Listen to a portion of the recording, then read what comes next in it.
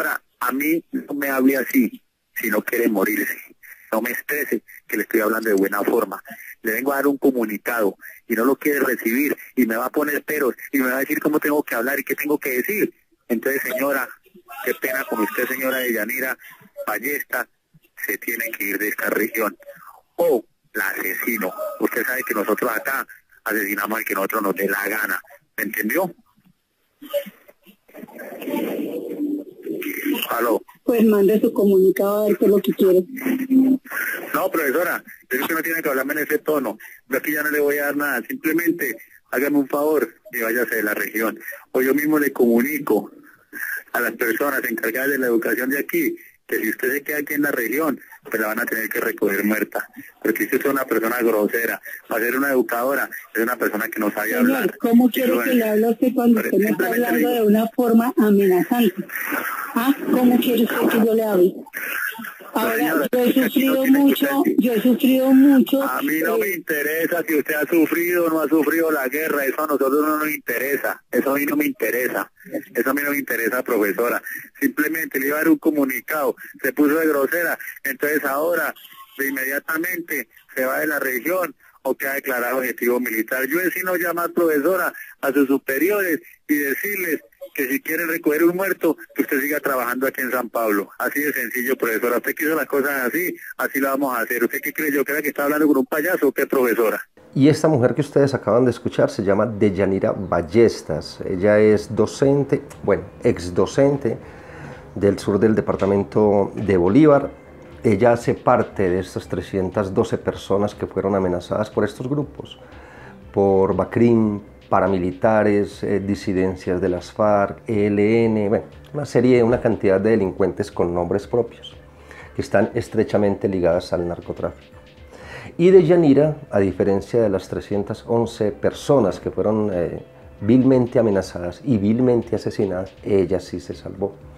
Y se salvó por una simple razón, porque tuvo la valentía de grabar la llamada, porque tuvo la valentía de publicarla en redes sociales, porque tuvo la valentía de denunciarla en medios de comunicación y se armó obviamente el escándalo mediático.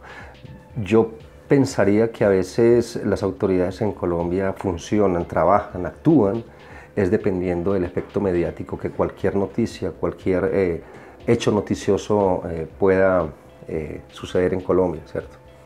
Entonces, ¿qué pasó con Deyanira? Deyanira fue trasladada, es decir, el gobernador del departamento de Bolívar, dándole la razón al victimario, es decir, yo soy el que mando acá. Entonces no le quedó otra opción que trasladar a Deyanira de departamento a una parte desconocida, pues por obvias razones. Ahora, verdad abierta y memoria histórica dicen que estos 311 líderes, oiga, 311 líderes más o menos da 24 al mes. ¿Pueden ustedes creerlo? En un país mínimamente decente esto no debería ocurrir, o esto sería un escándalo de grandes proporciones a nivel judicial, a nivel penal, a nivel de autoridades, a nivel de gobierno, pero no. Aquí seguimos pasando la página, aquí pasamos el día, pasamos la noche, en fin, pasamos las páginas, repito, y no pasa absolutamente nada. Pero son 24 líderes que están siendo asesinados en Colombia. Y pues ya por allí nos mandan a decir desde la Agencia Nacional de Protección que no hay cama para tanta gente, es decir, que no se pueden estar protegiendo a tantos líderes en Colombia, es decir, quedan a su merced, ¿cierto?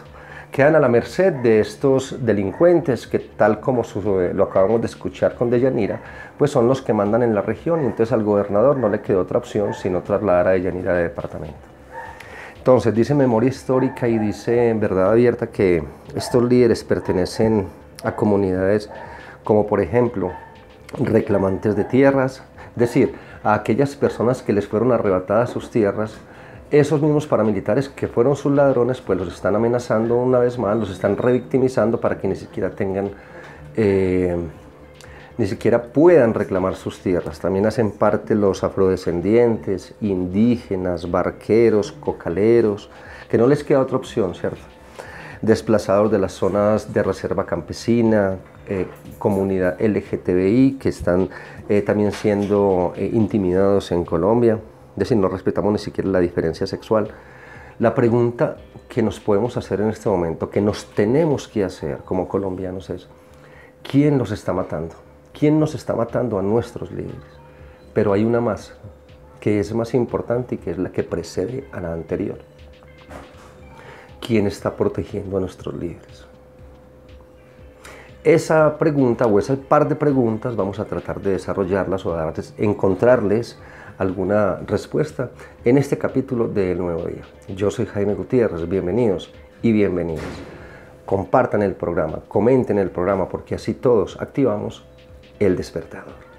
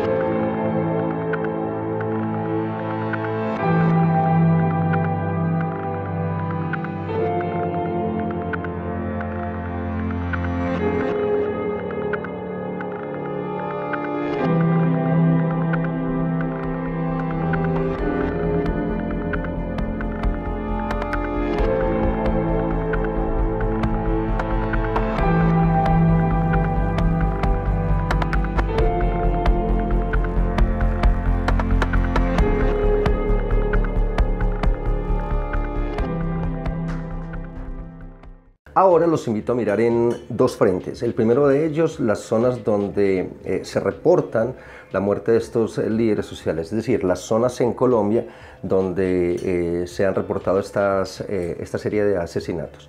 Y el segundo frente, las zonas donde hay más presencia de grupos paramilitares, disidencias de las FARC, ELN, BACRIM, etc. Es decir, aquellos grupos que por defender, digamos, sus territorios, sus asentamientos, sus recorridos, sus rutas del narcotráfico, pues es donde están amenazando y están asesinando a estos líderes sociales. Entonces, primero, veamos entonces, en un mapa de Colombia, miremos cuáles son los lugares donde se están reportando estos asesinatos a líderes sociales. Entonces, fíjense ustedes, el primero de ellos, como ustedes lo pueden ver ahí en el mapa, está Cauca, con 78 líderes asesinados. Antioquia va con 43, norte de Santander con 2, Chocó y Valle del Cauca con 16 y Córdoba con 12. Estos son los sitios donde, repito, de acuerdo pues a los datos recogidos por Memoria Histórica y por Verdad Abierta, es el asesinato de estos líderes. Ahora bien, miremos este segundo mapa, y es el que tiene que ver con las zonas declaradas como transitorias para los desmovilizados de las FARC. Es decir, si ustedes recuerdan bien, pues a estas personas desmovilizadas de las FARC, mediante el proceso de paz, pues fueron ubicados allí en estas zonas transitorias. Son unas especies de reservas allí donde están ubicadas estas personas, y pues están rodeadas por estos grupos de paramilitares. Ahora, donde operaban las FARC anteriormente, son sitios que han sido ocupados tanto por el ELN como por las disidencias de las FARC, pues ellos obviamente siempre estuvieron allí, y los grupos paramilitares, llámese Clan del Golfo, llámese este grupo de Otoniel, en fin. Entonces estas son las zonas declaradas como transitorias para los desmovilizados de las FARC. Allí se encuentran ahora mismo en poder del paramilitarismo. Los puntos rojos que ustedes ven son de las zonas veredales de transición, y donde están las armas son las zonas ocupadas por grupos paramilitares, es decir, Córdoba, Chocó, Antioquia, Cauca, fíjense, Nariño, Guaviare, cada uno con sus respectivos municipios. Allí se encuentran el Clan del Golfo, carteles mexicanos, ELN y disidencias de las FARC.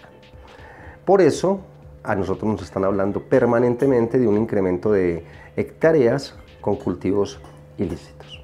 Ahora, la pregunta que hay que hacerse en este momento es, miren, si a nosotros siempre nos hablaron de las zonas donde están ubicadas las FARC durante 50 años, ¿por qué las autoridades colombianas nunca las encontraron?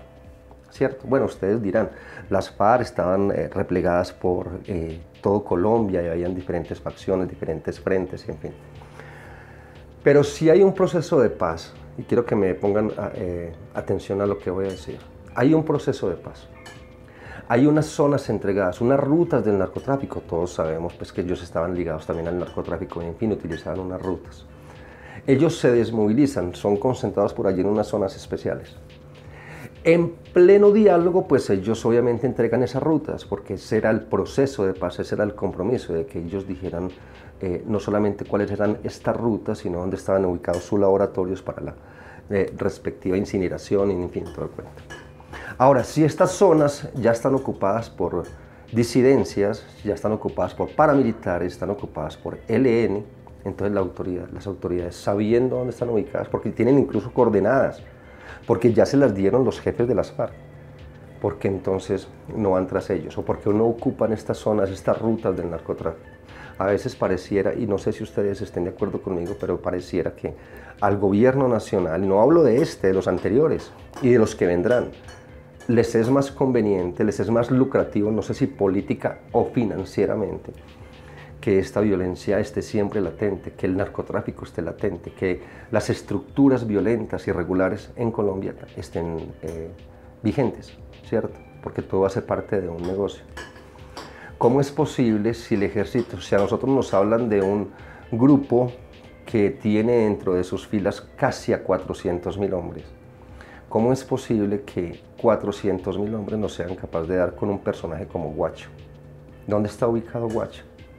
Está en la frontera entre Ecuador y Colombia y es que es tan grande como para que unas fuerzas militares del Ecuador y unas fuerzas militares de Colombia no sean capaces de dar con un tipo. Entonces pareciera que todo hace parte como de un entramado del cual no nos quieren hablar, ¿cierto? Que no es conveniente acabar con esas estructuras tanto guerrilleras, sino también de narcotráfico, que están ligadas obviamente entre sí. Hablemos ahora de la estigmatización que están padeciendo en estos momentos los líderes sociales en Colombia. Inicialmente, cuando se habló, se hizo el escándalo, porque pues ustedes recordarán que hace por lo menos unos 4 meses que fueron muertos alrededor de 15 líderes en Colombia. El mismo día se hizo un escándalo mediático y salió el señor Luis Carlos Villegas, ministro de la Defensa, ante las cámaras a decir que a estos líderes en Colombia los estaban matando por cuestión del lío de faldas, es decir, todos eran infieles. Entonces que por eso los estaban matando. Esa fue la respuesta que le dio al país. ¿Por qué están matando a los líderes sociales? Por líos de faldas.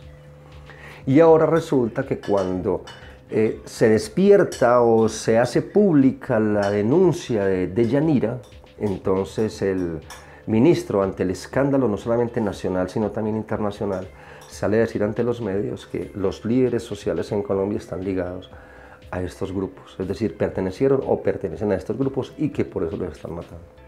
Es decir, cuando no es lío de faldas, entonces es lío de quién sabe qué, ¿cierto? Porque están ligados también a ellos, pertenecen a ellos, entonces que por eso es un ajuste de cuentas, mejor dicho.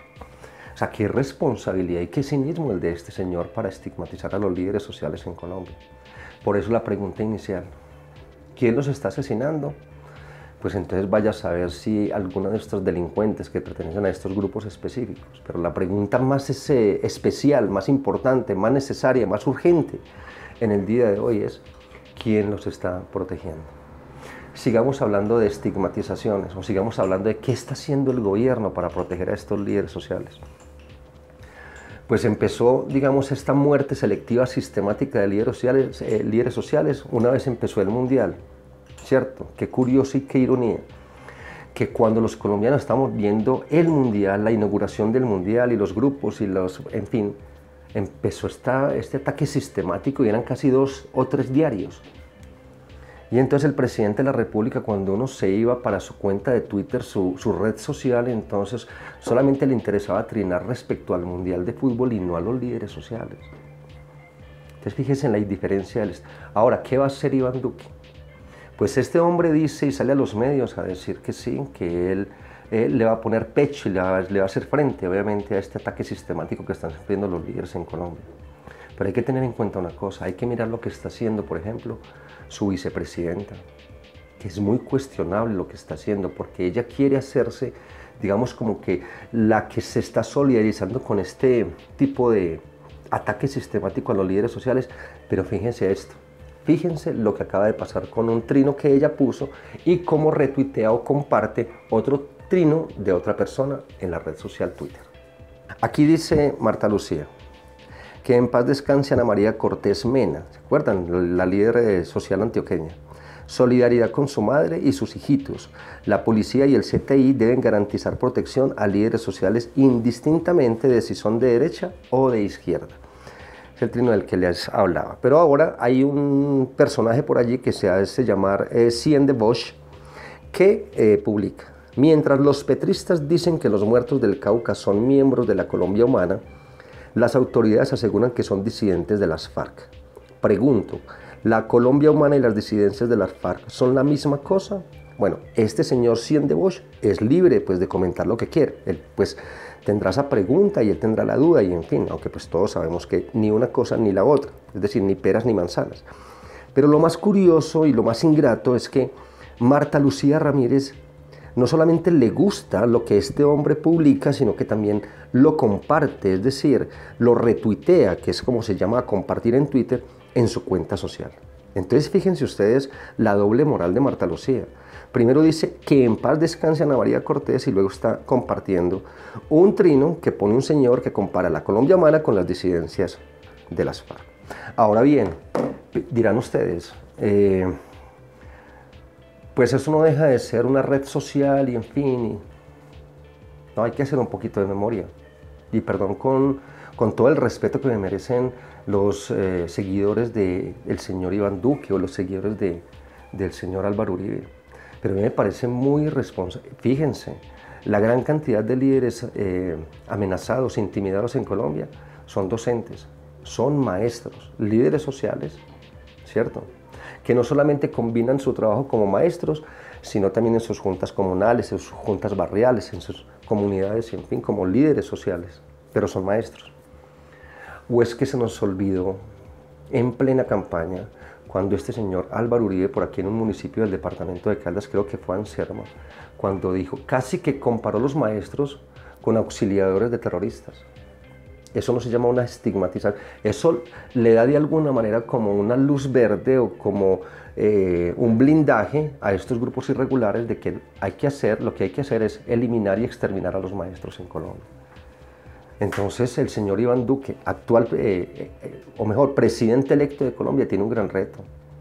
O vamos a seguir permitiendo que no solamente su jefe natural, el señor Álvaro Uribe, siga estigmatizando a los líderes sociales en Colombia, o vamos también a permitir que su vicepresidenta electa esté estigmatizando también a estos líderes sociales.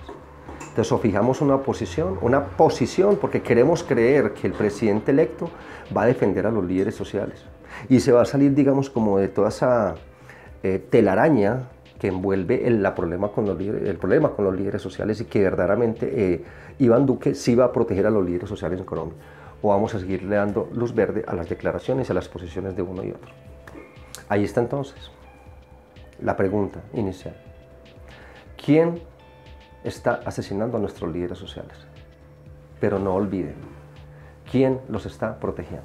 Y por último, recordarles que si a ustedes les gustó este capítulo, pues sí les agradecería que lo compartieran, que lo comentaran, sean posiciones diferentes. Ustedes saben muy bien que aquí se respeta cualquier diferencia y es bienvenido cualquier comentario. Pero sobre todo, siempre me gusta despedir el programa con una frase que ojalá ustedes siempre la tengan en cuenta. Aquí, y que obviamente sea de su diario vivir. Recuerden que en Colombia cada vez somos más los buenos y ojalá en Colombia cada vez sean menos los malos. Dios los y las bendiga.